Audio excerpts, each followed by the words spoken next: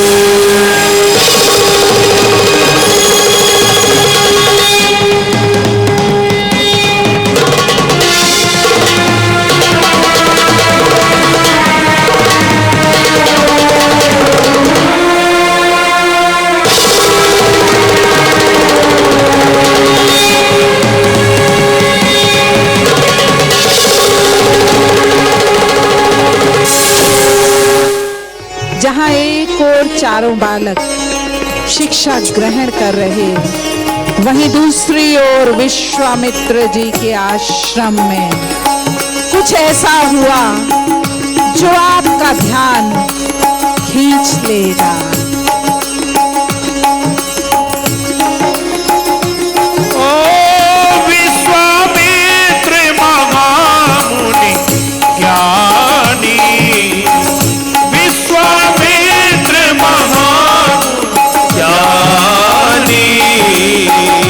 सही विपिन शुभ आश्रम जानी, बसहि विपिन शुभ आश्रम जानी।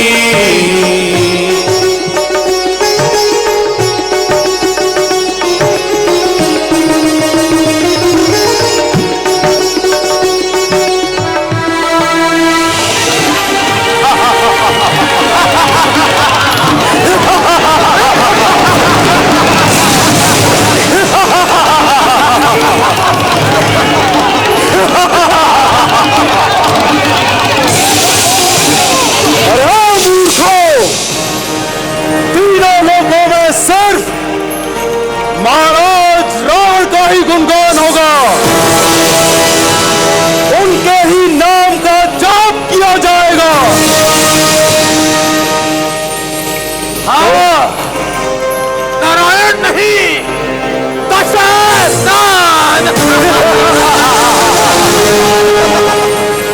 मामा श्री, इस कृत्यकाय ने क्या परिणाम दिया जाए?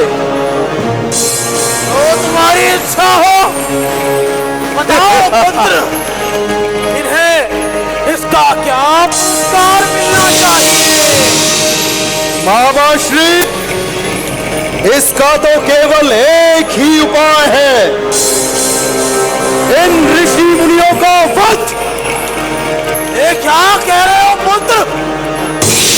ये क्या कह रहे हो? आप ऋषि मुनियों का वध नहीं कर सकते, हमें ब्रह्म हत्या का पाप लगाना चाहते हो। स्वयं दशरथ लंकेश को ब्रह्म हत्या का पाप लगाना चाहते हो। हम इनका वध नहीं कर सकते, और इसका अर्थ ये भी तो नहीं कि हम इन्हें चिन्हित नहीं कर सकते। इनका रक्त देखने की बड़ी अभिलाषा है। करो, करो, इनकी भुजाएं काट दो, काटो।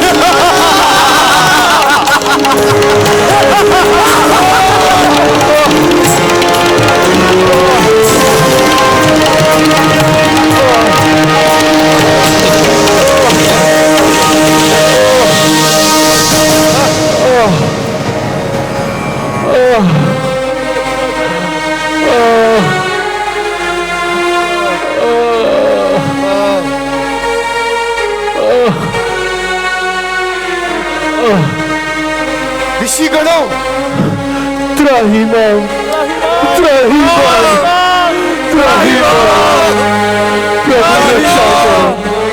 महर्षि त्राहिमाम, क्या कटान पड़ा है आप सब पर? महर्षि, कुछ बताए तो सही।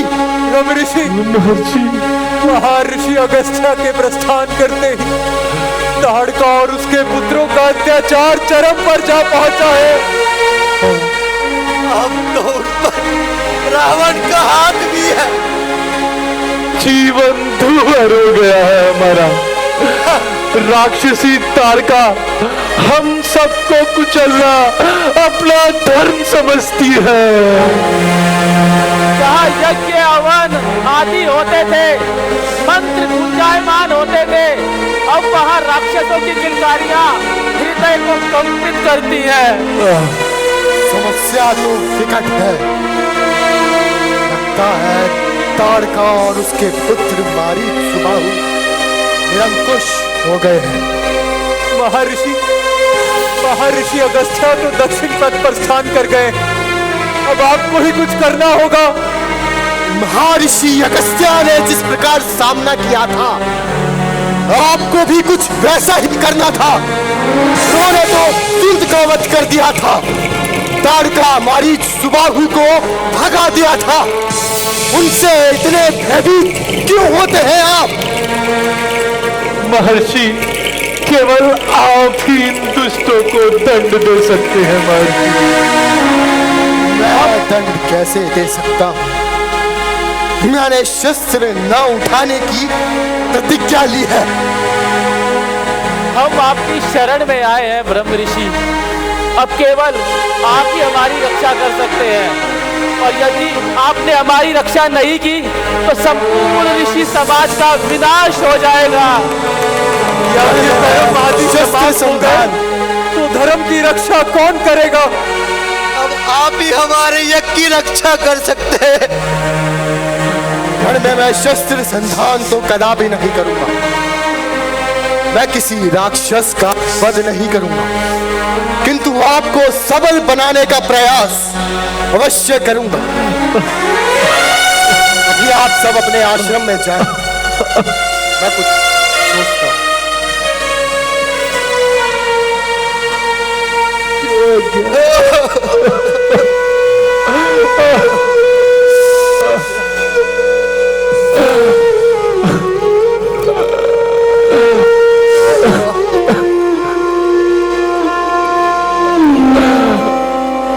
ताड़का मारीचबाहु अपनी सीमाओं को लांघ चुके हैं।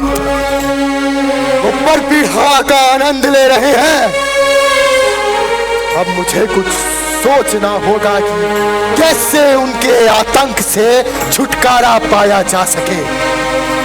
मैंने आसपास के क्षेत्रों में निमंत्रण भी भेजा था कि वो आए और मुझसे शस्त्र विद्या का ज्ञान ले, किंतु उन दुर्बलों में से किसी में इतना साहस नहीं जो ताड़का के विरुद्ध जाकर युद्ध करे। कोई तो होगा।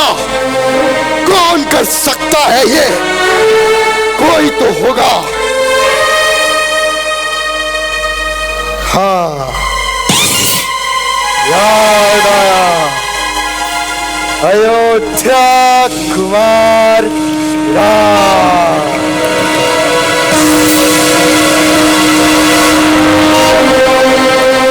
वही ऋषियों के यज्ञ की रक्षा कर सकते हैं। उनका जन्म भी तो राक्षस संहार के लिए हुआ है।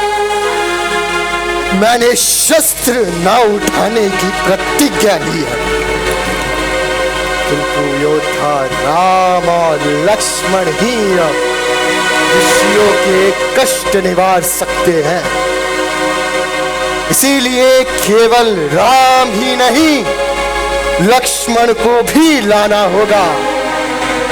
क्योंकि जब तक वो मेघनाथ रावण के आगे दीवार की तरह खड़ा है, तब तक उसकी मृत्यु संभव नहीं। इसीलिए राम से पहले मेघनाथ के लिए लक्ष्मण द्वारा आहुति भी अनिवार्य है।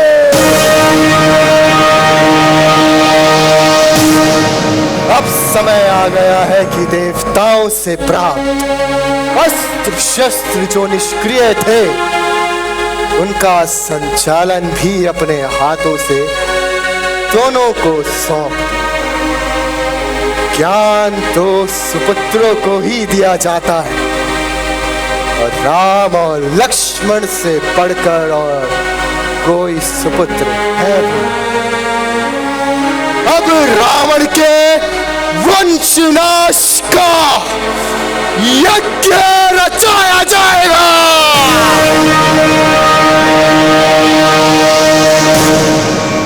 पर प्रश्न ये है कि क्या महाराज दशरथ अपने पुत्रों को भेजना स्वीकारेंगे? स्वेच्छा से तो कदापि नहीं। क्रोध और भय का सहारा लेना होगा। धर्म और धरा की रक्षा के लिए ये करना अनिवार्य। शक्ति का प्रयोग भले ना किया जाए, किंतु आवश्यकता पड़ने पर उसका आभास कराना आवश्यक है।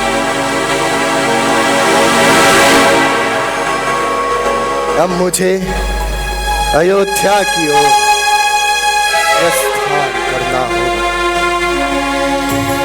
मिटेगी मन की चिंता, मिटेगी मन की चिंता, अब उद्धार भी होगा।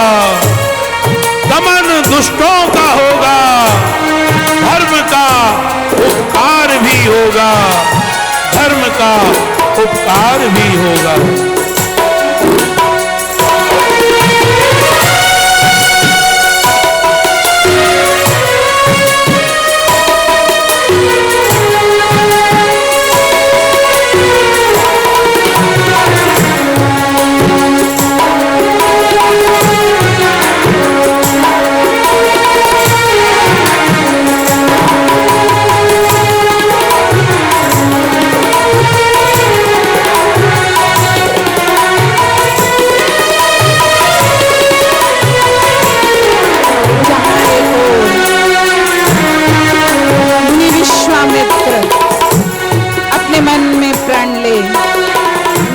के साथ चले, वहीं दूसरी ओर महाराज दशरथ का दरबार सजा हुआ है और गुरु वशिष्ठ के आगमन के साथ एक नया रूप प्रदर्शित करता है।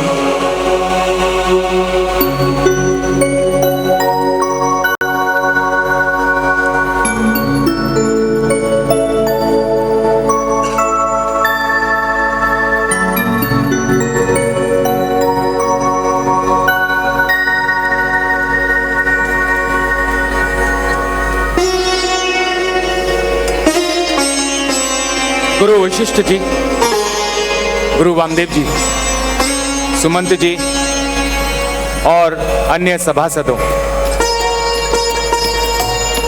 एक राजा का जीवन सदा प्रजा की हित के लिए होता है। प्रजा की सेवा करना, उसका ख्याल रखना राजा का कर्तव्य होता है। और साथ ही साथ राजा अपने निजी जीवन में जो भी निर्णय ले,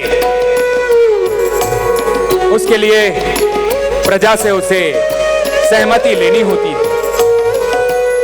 आज मैं अपने जीवन के इसी एक निर्णय के बारे में आपसे विचार विमर्श करना चाहता हूं।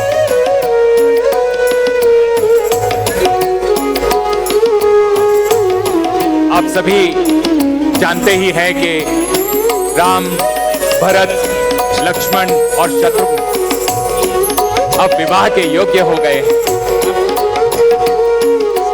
तो इस विषय में आप सभी का मार्गदर्शन चाहिए। ये तो उत्तम विचार है राजन। राजकुमारों का विवाह करवा देना चाहिए, परंतु विवाह संबंध स्थापित करने से पहले हमें राजवंश के अनुसार संधि की खोज करनी चाहिए।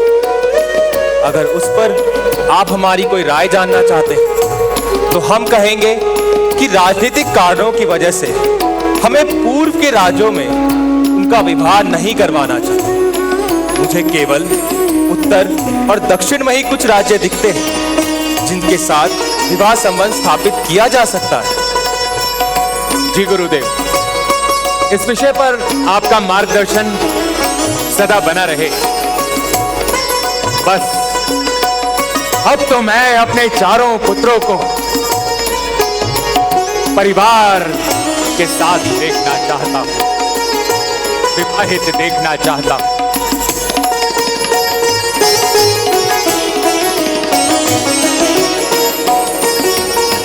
सुमंत जी, और राजकार्य कैसा चल रहा है? आपकी छत्र छाया में सब कुछ कुशल मंगल है।